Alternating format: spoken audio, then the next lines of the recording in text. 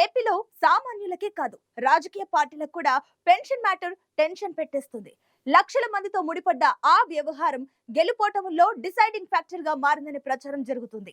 కేవలం ఏపీలోనే కాదు, తెలుగు రాష్ట్రాల్లో ప్రభుత్వ పథకాలు ఎంత మేర ఓట్లను రాలుస్తాయనేది సస్పెన్స్ గా మారింది.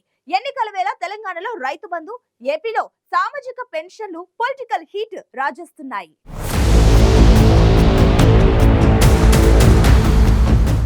ఎన్నికల వేళ సామాజిక పెన్షన్ల వ్యవహారం ఏపీలో భగభగా మండుతోంది. టీడీపీ, వైసీపీకి రాజకీయంగా ఇప్పుడు ఈ అంశమే కీలక అజెండాగా మారిపోయింది. అయితే ఈ వ్యవహారం ఎన్నికల ముందు ఎవరికి లాభమనే అంశాలు కూడా చర్చకు తెరతీశాయి. ఇందులో భాగంగానే ఈ వ్యవహారంపైనే ఇప్పుడు రకరకాలుగా ట్రోల్స్ కూడా నడుస్తున్నాయి. సామాజిక పెన్షన్ల పంపిణీలో వాలంటీర్ల పాత్రపై పలు సంఘాలు కోర్టుని ఆశ్రయించడం, ఆ తరువాత పరిణామాల్లో తెలుగుదేశం పాత్రపై విపక్షాన్ని గట్టిగా టార్గెట్ చేసింది అధికార వైసీపీ. ఈ అంశంపై ఎన్నికల సంఘానికి పోటాపోటీగా ఫిర్యాదులు చేశారు రెండు పార్టీల నేతలు. దీంతో ఎన్నికల వేళ ఈ వ్యవహారాన్ని రెండు పార్టీలు తమకు అనుకూలంగా మార్చుకునేందుకు ప్రయత్నాలు చేస్తున్నాయి. వాలంటీర్లను కేంద్రంగా చేసుకుని పేద వర్గాలకు పెన్షన్ ఇవ్వకుండా టీడీపీ అడ్డుకుందంటూ వైసీపీ ఆరోపణలు చేస్తోంది. మా ప్రమేయమేమీ లేదంటూ టీడీపీ కూడా గట్టిగానే కౌంటర్ ఇచ్చింది. ఎవరి వాదన ఎలా ఉన్నా ఈ పెన్షన్ల వ్యవహారం చివరికి ఎవరికి మైలేజ్ తెస్తుందనేది ఏపీ పాలిటిక్స్ లో చర్చగా మారింది. గురూజీ రామ్ నారాయణ్ జీ ప్రపంచ ప్రఖ్యాత జ్యోతిష్యులు ఇప్పుడు మన హైదరాబాద్ లో ఎటువంటి సమస్యలకైనా తక్షణ పరిష్కారం చేయబడును. సంప్రదించండి 96651137 9000004357.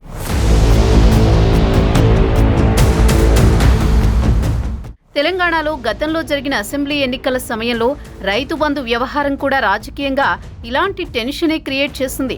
ఎన్నికల ముందు రైతు బంధును రద్దు చేయాలని అప్పటి ప్రతిపక్షంలో ఉన్న కాంగ్రెస్ ఎన్నికల సంఘం దృష్టికి తీసుకువెళ్లి కోర్టులో కూడా పిటిషన్ దాఖలు చేసింది. అప్పట్లో ఓటమి భయంతోనే కాంగ్రెస్ ఇదంతా చేస్తుందనే ప్రచారం జరిగింది. కానీ ఎన్నికల తరువాత ఫలితాలు ఊహించని విధంగా వచ్చాయి. తెలంగాణలో కాంగ్రెస్ పార్టీ అధికారంలోకి వస్తే హ్యాట్రిక్ పక్కా అనుకున్న బీఆర్ఎస్ ఓటమి చవిచూసింది. దీంతో రాజకీయ ముఖచిత్రం పూర్తిగా మారిపోయింది.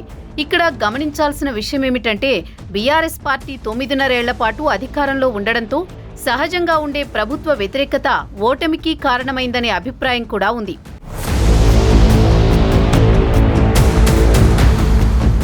పెన్షన్ల వ్యవహారంతో ఏపీ రాజకీయాల పరిస్థితి ఏంటనేది ఇప్పుడు అందరిలో ఆసక్తికర అంశం. సామాజిక పెన్షన్ల వ్యవహారంపై దుమారం రేగుతున్న తరుణంలో టీడీపీతో పాటు ఆ పార్టీకి అనుకూలంగా ఉన్న సంస్థలు న్యాయస్థానాన్ని ఆశ్రయించడంపై వివాదం చెలరేగింది. అయితే ఇదే సమయంలో వైసీపీ నేతలు కూడా కీలకమైన వాదనలు తెరమీదికి తెస్తున్నారు. వైసీపీ ప్రతిపక్షంలో ఉండగా ఎన్నికల సమయంలో ప్రభుత్వం అమలు చేస్తున్న పసుపు కుంకుమ, అన్నా క్యాంటీన్ వంటి విషయాలను అస్సలు పట్టించుకోలేదు. వాటిని ఆపాలంటూ న్యాయస్థానాల్ని ఆశ్రయించలేదు.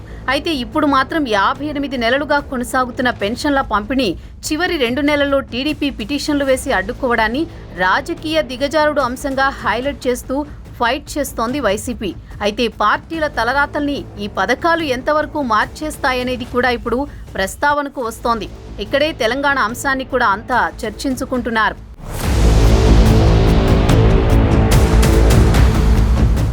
తెలంగాణలో ఎన్నికలకు ముందు కాంగ్రెస్ పరిస్థితి, ఇప్పుడు ఏపీలో ఎన్నికల ముందు టీడీపీ పరిస్థితి కూడా దాదాపు ఒకేలా ఉంది.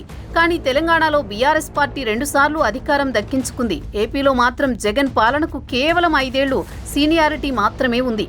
దీంతో ఈ ఈక్వేషన్లో ఏపీలో సామాజిక పెన్షన్ల వ్యవహారం ఎలాంటి ప్రభావం చూపుతుందన్నది రాజకీయ వర్గాల్లో అంతర్గతంగా జరుగుతున్న చర్చ. టీడీపీ హయాంలో పసుపు కుంకుమ, అన్నా క్యాంటీన్లు, ఇప్పుడు వైసీపీ హయాంలో సామాజిక పెన్షన్ల వ్యవహారం ప్రభావం ఎంత అనేది మరో 1.5 రోజుల్లో తేలబోతోంది.